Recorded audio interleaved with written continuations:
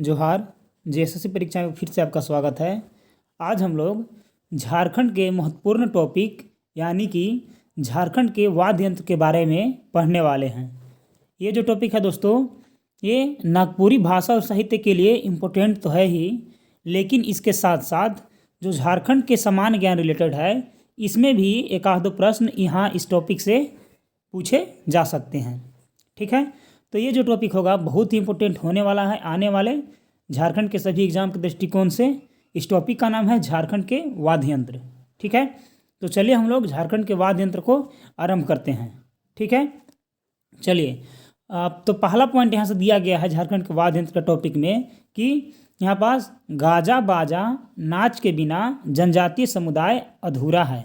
ठीक है, मतलब बिना गाना या बिना बजाना या बिना नृत्य के बिना जनजातीय का समुदाय जो है वो अधूरा है।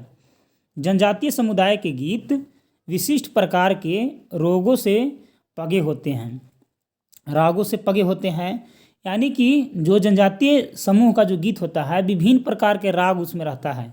ठीक है, बहुत सारे उसमें राग जोड़ दिया जाता है, जिसमें विशिष्ट नृत्य शैलियों के साथ साथ विभिन्न वाद्य यंत्रों का भी प्रयोग प्रायः किया जाता है। ठीक है, तो यहाँ पास है कि झारखंड के प्रमुख वाद्य यंत्र कौन कौन हैं।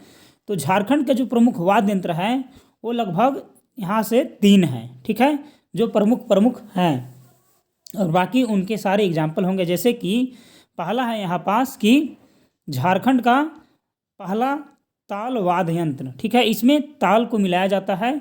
दूसरा जो है वो है तुसीर वाद्य यंत्र। ठीक है, और आगे है तीसरा जो कि तंतु वाद्य यंत्र, माने इसको बजाने के लिए तंतु का उपयोग प्रायः किया जाता है वाद्य यंत्रों में। ठीक है, तो चलिए हम लोग देख लेते हैं कि तालवाद क्या होता है। ठीक है, तो तालवाद के अंतर्गत वैसे वाद्य यंत्रों को रखा जाता है जिसे पीट कर बजाया जाता है। ठीक है, तो आप समझ गए होंगे कि ताल वाद्य यंत्र जो होता है दोस्तों, उसको पीट करके ताल में लाया जाता है या उसे बजाया जाता है। ठीक है, तो देख लेते हैं कि आखिर इसके अंतर्गत कौन कौन से एग्जाम्पल आते हैं। ठीक है, तो देखिए तालवाद के अंतर्गत जो है निम्नलिखित वाद्य यंत्र आते हैं, जैसे कि नगाड़ा, धमसा, दमामा, टमक, ढाक, ढोल, लोलकी, मांदर, डफली। ठीक है, चोड़चूड़ी या करह इसको बोल सकते हैं, और 11वां नंबर का है रूंज। ठीक है, तो ये जो चारों थे 11 जो एग्जाम्पल थे दोस्तों, ये सभी तालवाद में आते हैं। ठीक है, एक बार फिर से देख लीजिए। यहाँ पास नगाड़ा है सबसे पहले, उसके बाद है दोस्तों धमसा, फिर है दमामा, फिर है टमक, फिर है ढाक, फिर है ढोल, फिर है लोलकी, फिर है मांदर, फिर है डफली, और फिर है करह, फिर है रूंज।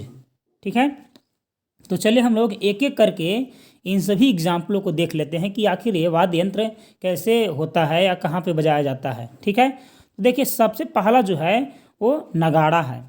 तो नगाड़ा का उपयोग कैसे किया जाता है इसके बारे में हम लोग जान लेते हैं। ठीक है, तो देखिए नगाड़ा के बारे में जानते हैं। नगाड़ा पहला, यह झारखंड का प्रथम वाद्य यंत्र है। मतलब नगाड़ा जो है वो झारखंड का प्रथम वाद्य यंत्र है। इसे पूजा, युद्ध, शिकार, शादी ब्याह, अखड़ा नृत्य और बैठक बुलाने आदि में इसका प्रयोग किया जाता है। मतलब नगाड़ा का जो प्रयोग है दोस्तों, वो सर्वप्रथम वाद्य यंत्र झारखंड का ये सर्वप्रथम वाद्य यंत्र है। मतलब झारखंड में बनाए हुए पहला वाद्य यंत्र नगाड़ा है। और नगाड़ा का उपयोग जो है प्रायः पूजा में किया जाता है, युद्ध में किया जाता है, शिकार में किया जाता है, और शादी ब्याह में किया जाता है, अखड़ा नृत्य में किया जाता है, और यदि बैठक बुलाना हो तो इसका उपयोग किया जाता है। नगाड़ा 3 तरह के होते हैं दोस्तों। ठीक है, नगाड़ा जो है वो 3 तरह के होते हैं। चलिए दूसरा है हमारा वो है धमसा। ठीक है, तो धमसा इसे बृहद नगाड़ा भी कहा जाता है। मतलब धमसा जो है नगाड़ा का ही एक पार्ट है, लेकिन ये नगाड़ा से बहुत बड़ा होता है, इसीलिए इसे बृहद नगाड़ा भी कहा जाता है। इसे एक बड़े भैंस के पूरे चमड़े से गोल गुंबदनुमा आकृति को मढ़कर बनाया जाता है। मतलब जो धमसा है दोस्तों, उसे भैंस के चमड़े से गुंबदनुमा आकृति बना करके मढ़ दिया जाता है। ठीक है, यह इतना बृहद होता है कि इसे एक स्थान पर रख कर बजाया जाता है। मतलब इसका उपयोग जो है नगाड़े के रूप में किया जाता है, तब किया जाता है जब ये फिक्स होता है, एक ही स्थान पर उसे सिर्फ रख करके और बजाया जाता है। धमसे से बम बार्डिंग आवाज़ निकलती है, मतलब धमसे से ऐसा आवाज़ निकलती है जैसे कि बम बार्डिंग हो रहा हो, ठीक है, गड़ाम गड़ाम। तीसरा में है दोस्तों हमारा दमामा, ठीक है। तो चलिए हम लोग दमामा को जान लेते हैं। तो दमामा यह भी एक बड़े आकृति का नगाड़ा होता है जिसे बलिष्ठ आदमी ही टांग कर बजा सकते हैं, मतलब बलिष्ठ मतलब होता है कि ताकतवर। इसे गले में टांग कर टिप्पणी से बजाया जाता है, ठीक है, मतलब इसको गले में टांग करके और टिप्पणी या उसे पीटने वाला से बजाया जाता है। ये है दमामा। ये भी क्या है, तो ये भी जो है एक बड़े नगाड़े के ही आकृति का होता है, ठीक है। तो देखिए धमसा पहला नगाड़ा था जो कि बहुत बड़ा होता था, ठीक है, और दमामा दूसरा नगाड़ा था जिसको मतलब एक बलवान आदमी टांग करके उसको उठा करके बजा सकते थे। चौथा है यहाँ पास छोटा नगाड़ा, ठीक है। तो चलिए हम लोग छोटो नगाड़ा को भी जान लेते हैं। तो छोटा नगाड़ा है यहाँ पास कि यह मध्यम आकार का नगाड़ा होता है जिसे गले में टांग कर बजाया जाता है। इसे वादक अधिक देर तक टांग कर नाच भी सकता है, ठीक है, मतलब अगर नगाड़ा बजाने के साथ साथ अगर नाचना हो तो छोटा नगाड़ा का प्रयोग करेंगे, ठीक है। अगर नगाड़ा सिर्फ उठा करके बजाना हो तब दमामा नगाड़ा का उपयोग करेंगे, लेकिन यदि रह करके बजाना हो तो धमसा नगाड़ा का उपयोग करेंगे, ठीक है। चलिए हम लोग आगे देख लेते हैं। तो यहाँ के बाद है दोस्तों आगे का है टमक, ठीक है। तो चलिए हम लोग टमक को भी जान लेते हैं कि आखिर टमक क्या होता है, ठीक है। तो टमक यह नगाड़े से छोटा होता है, इसे कमर में बांध कर बजाया जाता है, मतलब नगाड़ा से छोटा होता है और कमर के पास इसको बांध करके और टमक को बजाया जाता है। इसकी आवाज़ जो है आम नगाड़ों से हल्की होती है, मतलब नगाड़ा का आवाज़ मान लीजिए कि थोड़ा उसमें क्या रहता है, बेस ज़्यादा रहता है, तो टमक में थोड़ा सा ट्रेबल ज़्यादा रहता है, ठीक है। इसको कमर में बांध करके और बजाया जाता है। ये रहा टमक, ठीक है। आगे है दोस्तों हमारा ढाक, किसको बोला जाता है, ठीक है। तो यहाँ पास है ढाक। यह झारखंड का दूसरा तीव्र घन वाद्य यंत्र है, मतलब जिससे ज़्यादा साउंड निकले, तो ये झारखंड का दूसरा वाद्य यंत्र है जिससे तीव्र घन वाद्य यंत्र निकलता है। ढाक का निर्माण बहुत ही मोटी लकड़ी के खोल से बनता है। ढाक जो है बहुत ही मोटी लकड़ी के खोल से बनता है। इसका वजन भी बहुत होता है, ढाक का वजन भी बहुत होता है। इसे एक ओर से ही बजाया जाता है, ढाक को एक ओर से ही बजाया जाता है। इसे खड़े होकर और बैठकर दोनों ही स्थितियों में बजाया जाता है। इसकी बुलंद आवाज़ रसिकों को अखरा चढ़ने के लिए विवश कर देता है, ठीक है, मतलब कि जो यदि साउंड या ये सब नाच गाना का दीवाना हो तो जब ये ढाक बजने लगता है तो उनको अपने ही अखाड़ा में आने के लिए और नृत्य करने के लिए ढाक विवश कर देता है, ठीक है।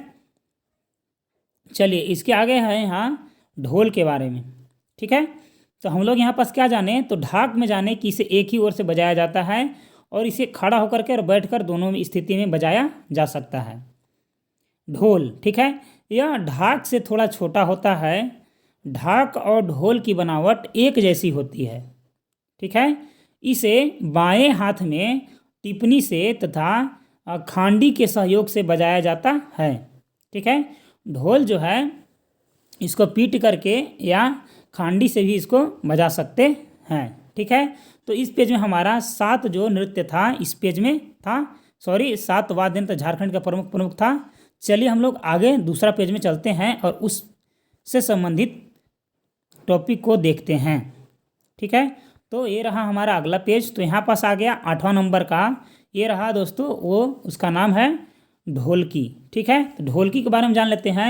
यह छोटे आकृति का ढोल होता है। ढोलकी क्या होता है, तो यह एक छोटे आकृति का ढोल होता है, ठीक है, जिसे हाथ से थाप देकर बजाया जाता है। ढोलकी जो है दोस्तों कि छोटे आकृति का ढोल होता है और इसे हाथ से थपथपा करके बजाया जाता है। 9वां नंबर का है मांदर, ठीक है। तो मांदर के बारे में पढ़ेंगे हम लोग। तो यह झारखंड का सर्वप्रिय वाद्य यंत्र है, मतलब झारखंड का पहला वाद्य यंत्र कौन था? तो नगाड़ा था। ठीक है। और यहाँ पास झारखंड का सर्वप्रिय माने सबसे ज़्यादा प्रिय जो है वो है मांदर। ठीक है। मांदर जो है सबसे प्रिय वाद्य यंत्र है। यह मोटे लंबे लकड़ी की खोल या मिट्टी के खोल से बनी हुई होती है। इसकी मधुर एवं आकर्षक ध्वनि वातावरण से में गूंजती रहती है। यह प्रायः सभी जनजाति समाजों द्वारा प्रयोग में लाया जाता है। ये इतना ही लोकप्रिय है दोस्तों कि इसे लगभग हमारे यहाँ जितने भी 32 जनजाति हैं सभी लोग इनका प्रायः प्रयोग करते हैं। ठीक है। मांदर झारखंड का सर्वप्रिय वाद्य यंत्र है। चलिए इसके आगे हम लोग बढ़ते हैं। तो इसके आगे का है वो है डफला। ठीक है। तो डफला क्या है? इसे भी गोलाकार लकड़ी में एक और जानवर के खाल से मढ़कर बनाया जाता है। इसकी तेज और मधुर ध्वनि दूर दूर तक सुनाई देती है। ठीक है। डफला क्या है कि ये भी गोलाकार लकड़ी में होता है और एक ओर से जानवर का खोल का प्रयोग करके इसे मढ़ा जाता है और इससे तेज और मधुर ध्वनि दूर दूर तक सुनाई देती है जो इससे उत्पन्न होती है। आगे है दोस्तों यहाँ से 11वां नंबर का रुंज या चोड़चूड़ी। ठीक है। तो रुंज हम लोग बोलेंगे तो इसे एक ही ओर से टिप्पणी और खांडी के बजाया जाता है उनके सहायता से। इससे तेज टरटराहट की आवाज़ सुनाई देती है। ठीक है। रुंज से टरटराहट की आवाज़ सुनाई देती है। इसे भी टिप्पणी के साथ बजाया जाता है। आगे का है दोस्तों जो 12 नंबर का साउंड है वो है तुसीर वाद्य यंत्र। तुसीर। ठीक है। तो तुसीर वाद्य यंत्र के अंतर्गत वैसे वाद्य यंत्र को रखा गया है जिनकी पतली नाली होती है। ठीक है। मतलब जिनको पाइप जैसा आकृति होती है तथा जिसे फूंक कर और हवा भर कर बजाया जाता है। ठीक है। मतलब पतली पाइप से मान लीजिए जैसे कि बांसुरी ये सब हो गया तो उसी को बोला जाता है तुसीर वाद्य यंत्र। ठीक है। तो इसमें देखिए कौन कौन आ जाते हैं। तो इसमें देखिए बांसुरी आ जाएगा। तो बांसुरी के बारे में जान लेते हैं। तो यहाँ पास बांसुरी झारखंड का लोकप्रिय वाद्य यंत्र है। ठीक है। यह सबसे हल्का मधुर एवं सुरीली तान के लिए विख्यात है। मतलब आपको हल्का मधुर और सुरीली तान निकालना हो तो बांसुरी का उपयोग कर सकते हैं। बांसुरी जो है झारखंड में लोकप्रिय है। ठीक है। और यहाँ पास आगे है और जनजातीय लोकप्रिय क्या है तो वो है मांदर। बांसुरी अपनी जादुई ध्वनि से सबको मंत्रमुग्ध कर देता है। ठीक है। क्योंकि बांसुरी का आवाज़ ऐसे भी मधुर निकलता है। ठीक है। चलिए यहाँ के बाद है आगे दोस्तों मोहन बांसी। तो चलिए हम लोग मोहन बांसी को जान लेते हैं कि मोहन बांसी क्या है। मोहन बांसी यह 2 हाथ लंबे मोटे बांस की बनी हुई होती है। ठीक है।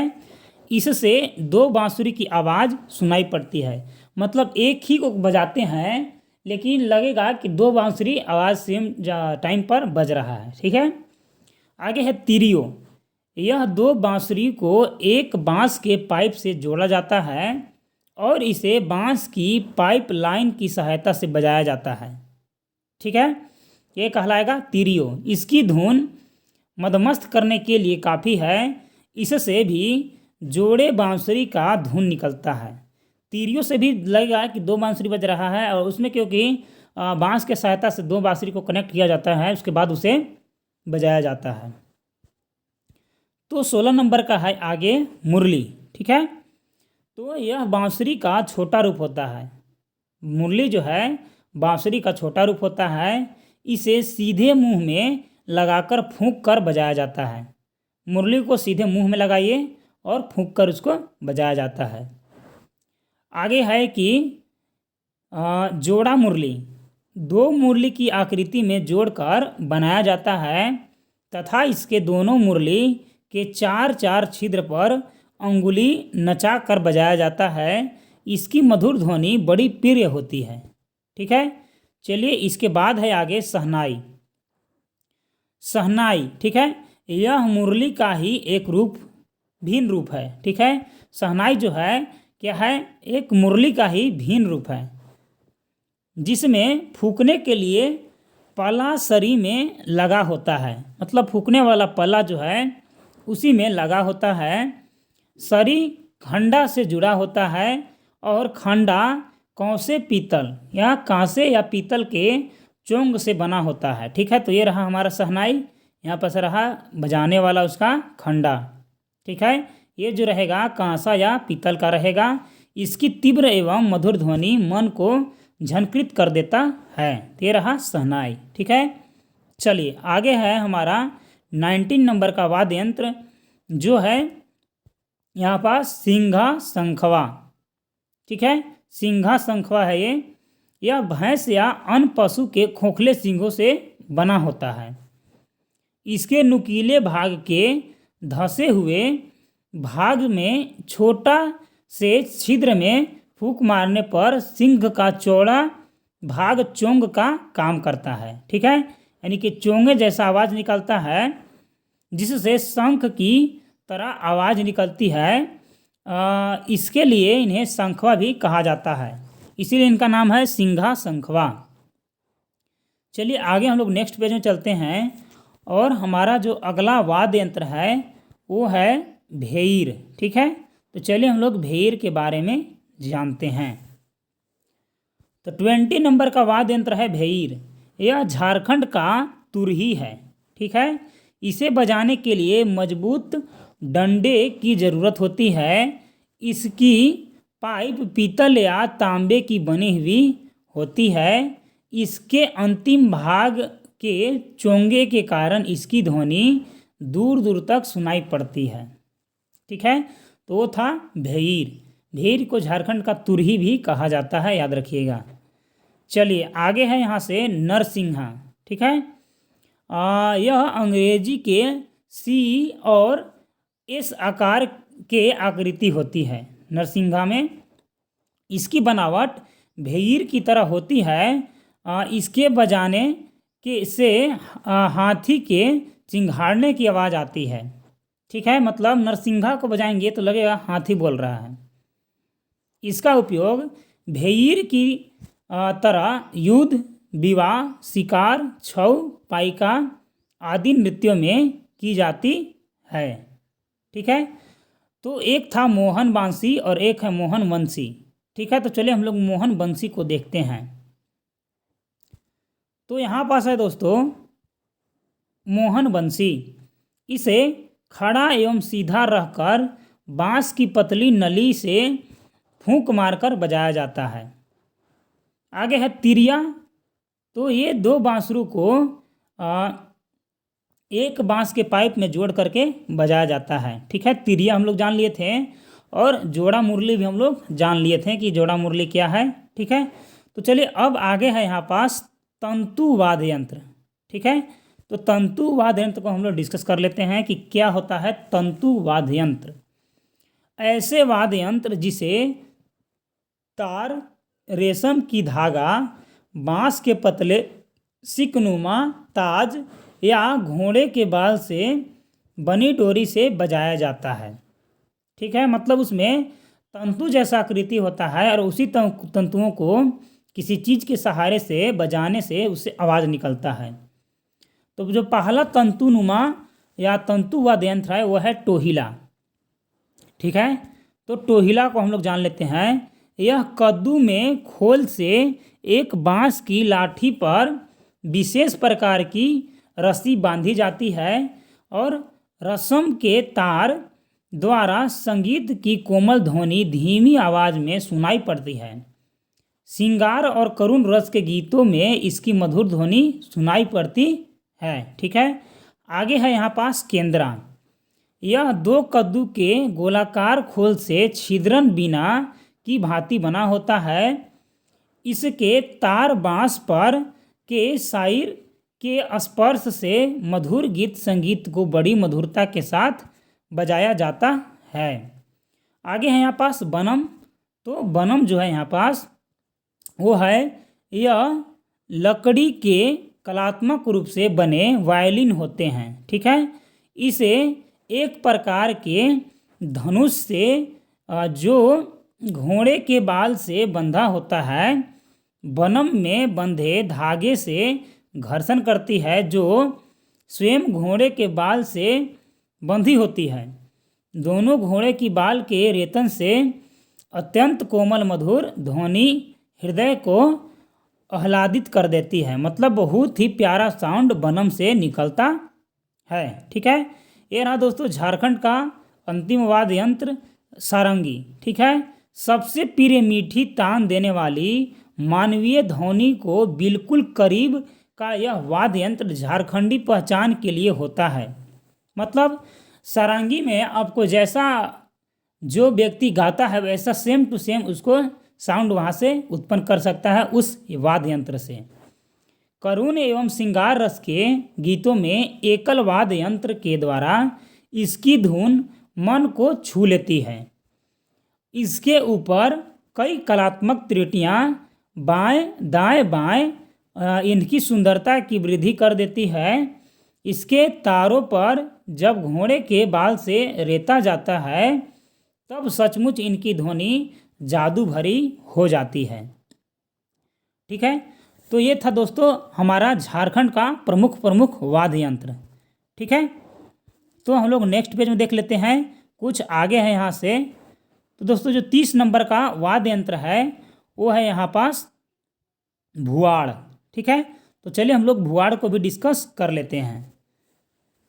एक 3-4 फीट लंबे खोखले बांस की लाठी के मध्य भाग में एक बड़ा लंबा मोटा पक्के कद्दू का मुंह खुला खोल जड़ा होता है। उस लाठी के दोनों छोर पर अंग्रेजी के एल आकृति की जड़ी हुई होती है, जिस पर बांस की पनिच को धनुष के टंकार से बनाया जाता है, जिससे भुवड़ या भुआड़ की आवाज़ निकाली जाती है। 31 नंबर का है और भुआड़ वाद्य यंत्र। ठीक है, इसका नाम ही है और भुआड़ वाद्य यंत्र। यह एक भाव बड़े लंबे मोटे कद्दू के खोखले के अंदर से लंबी मोर पंख जड़कर बना हुआ होता है। मोर पंख को उंगलियों से स्पर्श कराने पर इसकी ध्वनि और भुवड़ भुवड़ जैसी निकलती है। आगे है दोस्तों यहाँ पास सेइखो रगड़ा। ठीक है, तो चलिए हम लोग सेइखो रगड़ा के बारे में भी जान लेते हैं कि सेइखो रगड़ा वाद्य यंत्र क्या है। ठीक है, तो यहाँ पास है कि 2 लोहे के रिंगदार मोड़ से अंगुली जैसी छोटी छोटी रिंग भर दी जाती है। दोनों रिंगों के सटे भागों में पकड़कर उसे हिला हिलाकर बजाया जाता है। इससे सेइखो सेइखो ध्वनि उत्पन्न होती है। इसीलिए इस प्रकार के वाद्य यंत्र को सेइखो रगड़ा वाद्य यंत्र बोला जाता है। ठीक है, तो चलिए हम वो 33 नंबर का वाद्य यंत्र यानी कि घुघरा या घाघरा के बारे में जान लेते हैं। तो चौड़े चमड़ी की मोटी पट्टी पर 3 की कतार में बड़े बड़े घुंघरू टंगे हुए होते हैं। इसके बीच बीच में पूजा की घंटियाँ भी टंगी हुई होती है। इसे टिम्बन में पहना जाता है। घाघर बजाते हुए जमीन में ताल देते हैं तो खनर खनर की ध्वनि उत्पन्न होती है। ठीक है, मतलब इसको घुंघरू नुमा आकृति जो है पैरों में बांधा जाता है और ज़मीन में इसको ताल दिया जाता है, तब वहाँ से खनर खनर की आवाज़ निकलती है। इसको घुघरा या घाघरा वाद्य यंत्र बोला जाता है। आगे है घोड़ा माथा फैजन वाद्य यंत्र। ठीक है, यह पैरों में पट्टी बांधकर पीतल तांबे या कांसे का छल्ला पहना जाता है। ये था घोड़ा मत्था पैजन। ठीक है, चलिए आगे हम लोग एक लाइन है जस्टिन एका के बारे में। तो जस्टिन एका के बारे में भी हम लोग एक लाइन पढ़ के इस वीडियो को अंत करते हैं। ठीक है, तो जस्टिन एका जिन्होंने आधुनिक मूड के नागपुरी गीतों की शुरुआत की थी। 1956 ईस्वी में सर्वप्रथम आधुनिक नागपुरी गीत गाया गया था जातो गुइया लानी देवो अनहरिया रतिया में। ठीक है, जो 1956 में सर्वप्रथम आधुनिक नागपुरी गीत गाया गया था वो गीत था जातो गुइया लानी देवो अंधरतिया रतिया में। ठीक है, गीत काफ़ी लोकप्रिय हुआ था उस समय का ये गीत। ये खुद गीत लिखते और खुद भी गाते थे। इनका नाम था जस्टिन एका, और जो 1956 में पहला नागपुरी गीत गाया गया था उसे आप याद रखिएगा, जातो गुइया लानी देबो अनहरिया रतिया में। ठीक है, तो दोस्तों ये रहा झारखंड का वाद्य यंत्र से संबंधित वीडियो। यदि आपको अच्छा लगे तो कृपया लाइक और शेयर जरूर करें।